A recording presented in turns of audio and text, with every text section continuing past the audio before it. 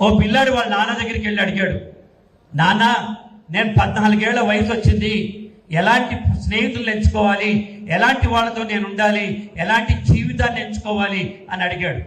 తండ్రి చెప్పాడు, నీకు ఒక చిన్న ఎగ్జాంపుల్ ఇస్తాను, ఒక యాక్టివిటీ ఇస్తాను, ఆ పని చేస్తే నీకే అర్థమవుతుంది అన్నాడు. ఏంది నాయనా అది అని అడిగాడు. అడగానే తండ్రి ఒక మెరిసే రాయి, అదేం డైమండ్ కాదు, మెరిసే రాయిని ఒకటి ఇచ్చి ఇది తీసుకుపోయి మన ఎల్బీ నగర్ బయట ఉన్న కూరగాయల మార్కెట్ రైతు బజార్ దగ్గర పోయి పట్టుకుని ఉంచో, ఎవరితోనూ మాట్లాడకు, ఎవరైనా వచ్చి ఇది అమ్ముతావా అని అడిగితే తల ఊపు, ఎంత అంటారు, 2000 చూపించు బిడ్డ అన్నాడు. వీడు సంతోషంగా రాయి తీసుకుపోయి రైతు బజార్ బయట నుంచున్నాడు. కాసేపటికి ఒక అంకుల్ వచ్చిండు, బాబు ఇది అమ్ముతావా అన్నాడు. బాబు ఇది అమ్ముతావా అన్నాడు. తల ఊపాడు. ఎంత అన్నాడు. 2000 చూపించాడు. ఓ 200 రూపాయలా, నేను ఇస్తాను అని చెప్పి అన్నాడు. వీడు ఆగమని నాన్నకు ఫోన్ చేశాడు. నాన్న 200 అంటున్నాడు, అమ్మమంటావా అని చెప్పి అన్నాడు. ఉండరా, నీది అవ్వలేదు, ఇప్పుడు అదే రాయి తీసుకెళ్ళి దిల్సుఖ్ నగర్లో ఉన్న మన రత్నదీప్ సూపర్ మార్కెట్ బయట నుంచో ఇదే ఎక్సర్సైజ్ చేయన్నాడు. తను అక్కడికి వెళ్ళి దిల్సుఖ్ నగర్ బయట ఉన్న రత్నదీప్ సూపర్ మార్కెట్ దగ్గర నుంచున్నాడు. కాసేపటికి అంకుల్ వచ్చాడు. బాబు ఇది అమ్ముతావా అన్నాడు. తల ఊపాడు. ఎంత అన్నాడు. మళ్ళీ 2000 చూపించాడు. ఓ 2000 రూపాయలా, నేను ఇస్తా బిడ్డ అన్నాడు. ఉండమని చెప్పి నాన్నకు ఫోన్ చేశాడు. నాయన 200 కాదే 2000 అంటున్నాడు, ఇచ్చేయమంటావా అన్నాడు. తండ్రి ఆగరా, ఇదే రాయి తీసుకెళ్ళి దిల్సుఖ్ నగర్లో ఉన్న జాయ్ అలికాస్ లాంటి డైమండ్ షోరూమ్ లోపల పోయి, లోపల బయట కాదు, పట్టుకుని నుంచో, మళ్ళీ రిపీట్ చేయన్నాడు. వీడు ఆ షోరూమ్ లోపల పోయి నుంచున్నాడు. కాసేపటికి కారులో ఒక అంకుల్ వచ్చాడు. బాబు ఇది అమ్ముతావా అన్నాడు. తల ఊపాడు. ఎంత అన్నాడు. మళ్ళీ 2000 చూపించాడు. ఓ 2 లక్షల రూపాయలా, ఇస్తా బిడ్డ అన్నాడు. వీడు ఆశ్చర్యపోయాడు. పరిగెత్తుకుంటూ తండ్రి దగ్గరికి వెళ్ళి, నాన్న అదే నేను, అదే రాయి, ఒకడు 200 ఇస్తా అన్నాడు, ఒకళ్ళు 2000 ఇస్తా అన్నారు, ఒకళ్ళు ఎందుకు 2 లక్షలు ఇస్తా అన్నారు అని అడిగాడు. అప్పుడు ఆ తండ్రి చెప్పాడు, అదేరా నిన్ను ప్లేసింగ్ యువర్ సెల్ఫ్ అంటే మంచి పార్టీలో మంచి వ్యక్తుల మధ్య పాజిటివ్ థింకింగ్ తో గెలిచే స్థానంలో నువ్వు ఉంటే నీ విలువ 2 లక్షలు అవుతుంది. మీడియాకర్ పీపుల్ తో ఉంటే నీ విలువ 2000 అవుతుంది. నువ్వు నెగటివ్ గా ఉంటే నీ విలువ 200 ఉంటుందని. 2 లక్షల రూపాయల విలువైన కార్యకర్తలున్న సుధీర్ గారు అదృష్టవంతులు, గొప్ప నాయకులు. ఎందుకంటే మీరందరే ఆయన బలం. ఒక అక్షరం మామూలుగా ఒక అక్షరంలో ఉంటుంది, అదే అక్షరం ఇంకో అక్షరంతో కలిస్తే అది పదం అవుతుంది, ఒక పదం మరికొన్ని పదాలతో కలిస్తే అది కావ్యం అవుతుంది. అటువంటి కావ్యం సుధీర్ రెడ్డి గారు, అటువంటి అక్షరం మీరందరూ కలిస్తేనే తెలంగాణ అవుతుంది, మీరందరూ కలిస్తేనే బీఆర్ఎస్ అవుతుంది. నాకు ఇచ్చిన టాపిక్ ఏంటంటే పబ్లిక్ స్పీకింగ్. ఎందుకు మనం స్టేజ్ ఎక్కి కానీ నలుగురి మధ్య పబ్లిక్ స్పీకింగ్ అంటే నాలాగా ఉపన్యాసాలు ఇవ్వడం కాదు. పబ్లిక్ స్పీకింగ్ అంటే మనం పోయి ప్రజెంటేషన్ చేయటం కాదు. 2 కంటే ఎక్కువ మంది ఉన్నప్పుడు ఆ 2తో 3తో మనం మాట్లాడే మాట వాళ్ళకి అర్థమయ్యే విధంగా చెప్పడమే పబ్లిక్ స్పీకింగ్. మనం మాట్లాడటం కాదు, అవతల వాడికి అర్థమయ్యేలా చెప్పడమే పబ్లిక్ స్పీకింగ్. మీ అందరికి ఒక ఎగ్జాంపుల్ చెప్తా. మనందరం బొమ్మరిల్లు సినిమా చూసామా లేదా? గట్టిగా అనాలి. నేను హాయ్ అంటే మీరు హలో అనండి, నేను హలో అంటే మీరు హాయ్ అనండి. అప్పుడు మీరు వింటున్నట్టు తెలుస్తుంది. సినిమా చూడడానికి రాలే, ఇక్కడ నేర్చుకోవడానికి వచ్చాం. Hello hi, hello hi. మీరంతా బొమ్మరిల్లు సినిమా చూశారు కదా. సినిమా చివరిలో సిద్ధార్థ గారు వాళ్ళ నాన్న క్యారెక్టర్ వేసిన ప్రకాష్ రాజ్ తోటి మనసిప్పి మాట్లాడతాడు. నాన్న అంతా నువ్వే చేసావు నాన్న, నేను ఏ షర్ట్ వేసుకోవాలో నువ్వే చెప్పినావు నాన్న, నేను క్యారమ్ బోర్డు ఆడుతుంటే ఏ కాయిన్ కొట్టాలో నువ్వే చెప్పావు, నేను రోడ్డు దాటుతుంటే నా చేయి పట్టుకు దాటించావు, నువ్వు ఇంకా నా చేయి నీ చేతిలో ఉంది నాన్న అన్నాడు. Extraordinary scene. దాంతో వాళ్ళకి అవార్డులు వచ్చాయి, దిల్ రాజు అన్నకు పైసలు వచ్చాయి. అంతేగా అనే వాళ్ళందరికీ ఇంట్లో అంతేగా ప్రాప్తి వస్తుంది. నేను చెప్పేది ఏంటంటే ఇదే సీను సినిమా ఎండింగ్ లో కాకుండా సినిమా స్టార్టింగ్ లో పెట్టుంటే అసలు సినిమా కథ అవసరం ఉందా? Hello hi. కాబట్టి మాట్లాడాలి, 10 మందితో మాట్లాడాలి, ఇష్టమైతే మాట్లాడాలి, ఇష్టం లేకపోతే మాట్లాడాలి, నచ్చితే మాట్లాడాలి, నచ్చకపోతే మాట్లాడాలి, అన్యాయం జరిగితే మాట్లాడాలి, న్యాయం ఏంటో చెప్పడానికి మాట్లాడటం మన జన్మ హక్కు. Yes or no? ఎవడైతే అన్యాయానికి అగేన్స్ట్ గా స్వరం విప్పుతాడో వాడే కార్యకర్త, వాడే మన పార్టీకి ఆస్తి. నాకెందుకులే అని కూర్చుంటే అంతా ఇట్లాగే అయిపోతూ ఉంటుంది. మరి మీరందరూ కూడా రేపొద్దున కార్యకర్తలై 10 మందికి మంచి చెప్పాలి. ఒక సైనికుడు ఉంటాడు, ఎక్స్ట్రీమ్ ఓనర్షిప్ అంటారు దాన్ని. ఒక సైనికుడు ఉంటాడు, ఆ సైనికుడు నువ్వు పోరా యుద్ధం చేయంటారు. సార్ ముందుకు పోవాలన్నా, లెఫ్ట్కి రావాలన్నా, రైట్కి రావాలన్నా, ఆకలి అవుతుంది సార్, వెనక్కి పోవాలన్నా అనడు. ముందుకెళ్ళి చస్తాడు, లేకపోతే చంపుతాడు. Yes sir no? Yes sir no? మనం కూడా సైనికులమే. మన బూత్ మన రాజ్యం. Yes sir no? మీరే కదా బూత్కి ఇంపార్టెంట్. Yes sir no? కాబట్టి ఆ బూత్లో జరిగిన అన్యాయాలకి, అక్రమాలకి, ఆ చుట్టూ ఉన్న 1000 నుంచి 1200 మంది కార్యకర్తలకి టిఆర్ఎస్ బిఆర్ఎస్ పార్టీల ముఖ చిత్రం మీరు. వారికి కేసీఆర్ గారితో పరిచయం ఉండదు, కేటీఆర్ గారితో పరిచయం ఉండదు, సుధీర్ అన్న దగ్గరికి వెళ్ళే అవకాశం ఉండదు. మీరే వాళ్ళకి నాయకులు. ఇలా నమ్మిన వాళ్ళు గట్టిగా చప్పట్లు కొట్టండి. నాకు వినిపించాలి, సార్కి వినిపించాలి. మరి పబ్లిక్ స్పీకింగ్ అంటే ఏంటి? వేదికనెక్కిన పెద్దలందరికీ, ఈరోజు వచ్చిన సర్పంచర్లకి, వాళ్ళ ఆమెకి, వాళ్ళ పక్కింటి ఆయనకి, వీళ్ళకి, వాళ్ళకంటే ఎవడైనా వింటాడా? విన్నాడు కదా. ఇంట్రెస్టింగ్గా చెప్పాలి. మనుషుల్లో 2 రకాలు ఉంటారు. ఒకళ్ళు తోస్తే ముందుకు వెళ్తారు. మీరేం చేయొద్దు, యాదగిరిగుట్ట పోయి నరసింహస్వామి గుళ్ళో నుంచోండి, వెనకోడు తోస్తూ ఉంటాడు, మీరు ముందుకు పోతారు. మీ ప్రేమేం ఏమైనా అవసరం ఉందా?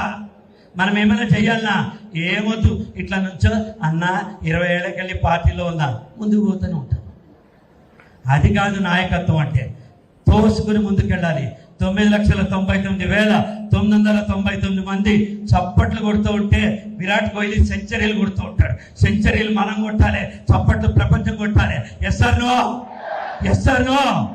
మీరు కూడా ఎదగాలి. మీరు కూడా ఎదగాలి. నాయకుడు ఎంత గొప్పవాడో సైనికుడు కూడా అంతే గొప్పవాడు. సైనికుడే నాయకుడు అవుతాడు. మనకి తేడా లేదు. అన్యాయం, అక్రమం, మనకు జరుగుతున్న ఏ అన్యాయాన్నైనా ప్రతిఘటించాలంటే, మీ స్వరం ఎత్తాలంటే మీకు పబ్లిక్ స్పీకింగ్ తెలియాలి. ఒక అటల్ బిహారీ వాజ్పేయి గారు కేవలం ఆయన పబ్లిక్ స్పీకింగ్ వల్ల ఆయన పొలిటికల్ లీడర్షిప్ అయింది. ఒక ఎన్టీ రామారావు గారు, ఒక చిన్న ఎగ్జాంపుల్ చెప్తా. నాకు పార్టీలతో సంబంధం లేదు, కానీ నాకు బీఆర్ఎస్ పార్టీ అంటే ఇష్టము. గతంలో కూడా చెప్పా. ఎందుకంటే బానిసలై అట్టడుగై అన్యాయం జరుగుతున్న మన తెలంగాణకి వెలుగు తెచ్చిన పార్టీ, విలువ తెచ్చిన పార్టీ, నిలబెట్టిన పార్టీ, ఊపిరి పోసిన పార్టీ మన బీఆర్ఎస్. జై తెలంగాణ. మనకంటూ ఒక స్థిరత్వాన్ని, గుర్తింపుని తెచ్చాం. మరి ఇలాంటి ప్రాంతాల్లో మనం ఎదగకపోతే, తెలివితేటలు లేక కాదు, మీరందరికీ తెలివి ఉంది. ఆ తెలివితేటలు వాడుకోవడం తెలియాలి. ఎలా తెలుస్తుంది మనకు? మాటల ద్వారా చెప్పాలి కదా. ఒక అటల్ బిహారీ వాజ్పేయి, ఎన్టీ రామారావు గారు సినిమా హీరో. ఆయన పాలిటిక్స్లోకి వచ్చాడు 1982లో. రాగానే ప్రతి ఊరికి చైతన్య రథం తీసుకుని పోయాడు. ప్రతి చోట 10,000 మంది 20,000 మంది ఒక్కొక్క ఊళ్ళో వెయిట్ చేసేవాడు. ఎక్కడ పడితే అక్కడ ఆపేసేవాడు. 10 గంటలకు వస్తానన్న ఎన్టీఆర్ నిజామాబాద్కి వచ్చేటప్పటికి 1 గంట అయ్యేది. కానీ జనం ఎండలో పిల్లల్ని పట్టుకుని, ఆడవాళ్ళు నుంచుని ఎన్టీఆర్ నిలిచేవాడు. ఎక్కి నా అన్నలారా, నా తమ్ముళ్ళారా, ఆడపడుచులారా అని ఉద్వేగపూర్వకంగా మాట్లాడితే చప్పట్లు కొట్టి ఆనందంతో వెళ్ళేవాడు. ఎస్ అన్నో? ఇదే ప్రాంతంలో మరొక నటుడు, పేరు చెప్పట్ల, ఆయన కూడా మనకి ఇష్టమైన నటుడు, నాకు కూడా ఇష్టమైన నటుడు. ఆయన కూడా రాజకీయాల్లోకి వచ్చారు. ఆయన ఇదే నిజామాబాద్కి పొద్దున 10ంటికి వస్తా అని చెప్పి 1 గంటకు వచ్చేవాడు. వచ్చి జనమందరూ వెయిట్ చేసేవారు ఆయన్ని కూడా చూడడానికి. మీరు ఈనాడు పేపర్ చదవద్దు, ఎన్టీ రామారావు కోటేయద్దు అని చెప్పి కూర్చునేవాడు. జనం నిరుత్సాహంతో వెళ్ళిపోయేవాడు. మొత్తం రోజంతా మ్యాచ్ చూసి ఇండియా ఓడిపోతే మనకు బాధ ఉంటుందా ఉంటుందా? అలా మన కోసం ఎదురు చూసిన వాళ్ళు మన మాటలు బాగా మాట్లాడితే, మన మనసులో ఉన్న మాట అవతలానికి అర్థమవుతుంది.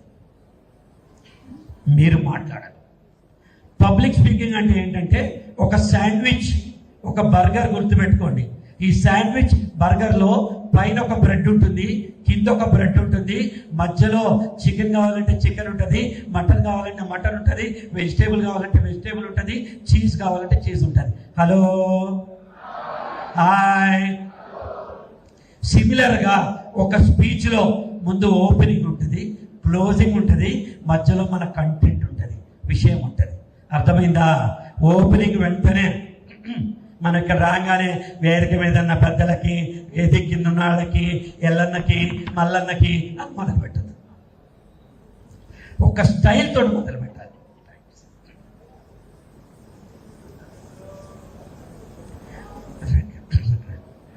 శ్రీపాదం గారు అద్భుతమైన వ్యక్తి, అద్భుతమైన వక్త.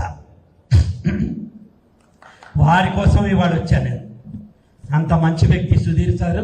ఆయన కలిసి ఇప్పటిదాకా 40 ఏళ్ల సుదీర్ఘమైన నా ప్రసంగ ప్రపంచంలో ఇటువంటి డిసిప్లైన్ మీటింగ్, రాజకీయ మీటింగ్ నేను చూడలేదు. ఎలా ఉంది అంటే ఒక కార్పొరేట్ ట్రైనింగ్ లాగా ఉంది తప్ప కార్యకర్తల ట్రైనింగ్ లా లేదు. అంటే మీ స్ఫూర్తి ఎంత గొప్పదో అర్థమవుతుంది. ఎలా అయితే శాండ్విచ్లో ఒక పైన బ్రెడ్ ఉంటుందో, కింద బ్రెడ్ ఉంటుందో, మధ్యలో కాంటెంట్ ఉంటుందో, మన స్పీచ్కి కూడా ఒక ఓపెనింగ్ ఉండాలి, ఒక క్లోజింగ్ ఉండాలి. మీకు 10 నిమిషాలు ఇస్తే టైము, 2 నిమిషాలు ఓపెనింగ్, 1 నిమిషం ఓపెనింగ్ మాట్లాడాలి, 1 నిమిషం క్లోజింగ్ మాట్లాడాలి, విషయం 8 నిమిషాలు మాట్లాడాలి. నేనేం చేసా, ఇందాక ఓ పిల్లాడు వాళ్ళ తండ్రి దగ్గర పోయాడు, ఇది నా ఓపెనింగ్, ఇలా మొదలెట్టచ్చు. లేకపోతే ఒక కొటేషన్, అస్థిమూల పంజరాలు, ఆర్తరావ మందిరాలు, కూడలేని లోకమిది, గుండెలోతు తాపమిది, ఇది ఏ నాగరిక ఫలశ్రుతి అని బాలగంగాధర్ తిలక్ అన్నాడని చెప్పచ్చు. లేకుంటే ఒక జోక్ చెప్పచ్చు, లేకుంటే ఒక పాట చెప్పచ్చు. తగిలే రాళ్ళని పునాది చేసి ఎదగాలని, తరిమే వాళ్ళని హితులుగా మరిచి ముందుకెళ్లాలని, కన్నుల నీరుని కలల సాగుకై వాడుకోవాలని, కాల్చే నిప్పును ప్రమిదిగా మలిచి కాంతి పంచాలని, గుండెతో గుండె చెప్పాను, అడుగుతో గమ్యం చెప్పాను, ప్రశ్నతో బదులే చెప్పాను, నేనున్నానని నీకేం కాదని అని చంద్రబాబు రాస్తాడు. మన తెలంగాణ చంద్రబాబు కదా. మరి ఆ సినిమాలో శ్రేయ గారి నాగార్జున గారు ఉన్నారు. నేనున్నానని పాట పాడాడు. నీ జీవితంలో నీకు నా తోడు ఉంటాడు. అర్థం ముందు నుంచి మనతో మనం చెప్పుకోవాలి, నేనున్నానని నీకేం కాదని, నీకు నువ్వే సైన్యం, ఆ బూతు నా బాధ్యత అని మీరు అనుకున్నట్టు నా జీవితం నా చాయిస్. సో ఓపెనింగ్ ఒక జోక్తో చెప్పచ్చు, ఒక కొటేషన్తో చెప్పచ్చు, ఏమన్నా చెప్పచ్చు. చిన్నపాటి గ్యాప్ తీసుకుని అది చెప్పిన తర్వాత సభాధ్యక్షుల్ని, సభలో ఉన్న పెద్దవారిని అందరినీ ఉద్దేశించి మాట్లాడి మీ విషయంలోకి వెళ్ళిన తర్వాత మళ్ళీ 3 పాయింట్లు. ఏం మాట్లాడుతున్నాం, ఎందుకు మాట్లాడుతున్నాం, ఏం ఆశించి మాట్లాడుతున్నాం. ఏది పడితే అది మాట్లాడుతున్నా, ఏం మాట్లాడుతున్నాం, ఎందుకు మాట్లాడుతున్నాం, ఏం ఆశించి మాట్లాడుతున్నాం. ఇవాళ నన్ను ఎందుకు పిలిచారు, ఆ టాపిక్ మీదే మాట్లాడాలి. మీకు ఓపెనింగ్ అడ్రస్ ఇస్తే 2 నిమిషాలే మాట్లాడాలి. మీకు ఓట్ ఆఫ్ థ్యాంక్స్ ఇస్తే 1 నిమిషమే మాట్లాడాలి. మీకు సభాధ్యక్షత ఇస్తే 1 నిమిషం మాట్లాడి వక్తకి ఇవ్వాలి. అంత పెద్ద వ్యక్తి సుధీర్ సారు ఇప్పుడు ఏం చేస్తున్నారు, నెక్స్ట్ ఎవరో మాట్లాడుతున్నారు. ఆయన తలుచుకుంటే ఒక్కొక్క టాపిక్ మీద ఆయనే మాట్లాడతాడు. మన పాత్ర తెలుసుకుని అక్కడ మాట్లాడటం మన కాంటెంట్. Number 3 closing. కాబట్టి నేను చెప్పేది ఏంటంటే, నేను చెప్తుంది ఏంటంటే అని క్లైమాక్స్ ఉంటుంది కదా స్పీచ్లో, అది చెప్పి క్లోజ్ చేయాలి. మీకు 10 నిమిషాలు ఉన్నా, 1 నిమిషం ఉన్నా, 100 నిమిషం ఉన్నా, పబ్లిక్ స్పీకర్ మీరు అయితే మ్యాగ్నెట్ అయ్యి జనాలను ఆకర్షించుకుంటారు. ఎప్పుడైతే మీరు పబ్లిక్ స్పీకింగ్ చేస్తారో మీలో ఆత్మవిశ్వాసం పెరుగుతుంది. అరే భయం లేదురా భయ్, ఎవరి దగ్గరికైనా పోదాం, పోలీసు వాళ్ళ దగ్గర పోదాం, ఎవరి దగ్గర పోదాం, నేనున్నా అని మీరు అనుకుంటారు. మీ వెనకున్న కార్యకర్తలు అన్నున్నాడు కదా నాకేం భయం అనుకుంటారు. మీరే మాట్లాడకపోతే ప్రపంచంలో అన్యాయం ఎవరైతే ఇస్తారు, మంచి ఎవరు చెప్తారు. మాట్లాడటం నేర్చుకోండి. సార్ చెప్పారు, శ్రవణ్ సార్ ఇందాక రోజుకి అరగంట మీకోసం మీరు బతకండి. శ్రవణన్నకు ఒకసారి చప్పట్లు కొట్టండి. నా దోస్త సార్ నమస్కారం సార్. ఒక్క అర్ధగంట సేపు మీకోసం మీరు టైం కేటాయించుకోండి. మీకు ఈటీవీ న్యూస్ చదవాలని ఉంటుంది, చేత కాదు, అవకాశం రాదు. టీవీ9 న్యూస్ రీడర్ అవ్వాలి, అవకాశం రాదు. ఎట్లా సార్ అంటాం. కానీ మన సెల్ ఫోను సెల్ఫీ మోడ్లో పెట్టి అద్దం ముందర పెట్టుకుని ఒక కాగితం తీసుకుని నమస్కారం ఈటీవీ వార్తల స్వాగతం, నా పేరు ప్రదీప్ అంటే ఎవడైనా ఆపుతాడా? మీరే మిమ్మల్ని ఆపుకుంటున్నారు. ప్రపంచం మిమ్మల్ని ఆపట్లేదు, మీరే మిమ్మల్ని ఆపుకుంటున్నారు. ఎదగాలనుకునే వాడికి, గెలవాలనుకునే వాడికి, గెలిచి తీరాలనే తత్వం ఉన్నవాడికి ఎప్పుడూ ఆపలేడు. మీరు ప్రాక్టీస్ చేయండి, మీరు కూడా నాలా తయారవుతారు. ప్రాక్టీస్ చేయండి. రోజుకి 10 నిమిషాలు మాట్లాడడం ప్రాక్టీస్ చేయండి. అమ్మతో మాట్లాడండి, నాయనతో మాట్లాడండి, అన్నతో మాట్లాడండి, తమ్ముడితో మాట్లాడండి, అందరితో మాట్లాడి ప్రాక్టీస్ చేయండి. ఎంత పెద్ద విషయాన్నైనా ఒక చిన్న పిట్ట కథతోటి కేసీఆర్ గారు చెప్తారు. Yes or no? అంత పెద్ద గోదావరి నదిని ఇంత చిన్న బాటిల్లో తెచ్చి మనందరికీ ఇస్తాడు. Yes or no? ఇదే పబ్లిక్ స్పీకింగ్.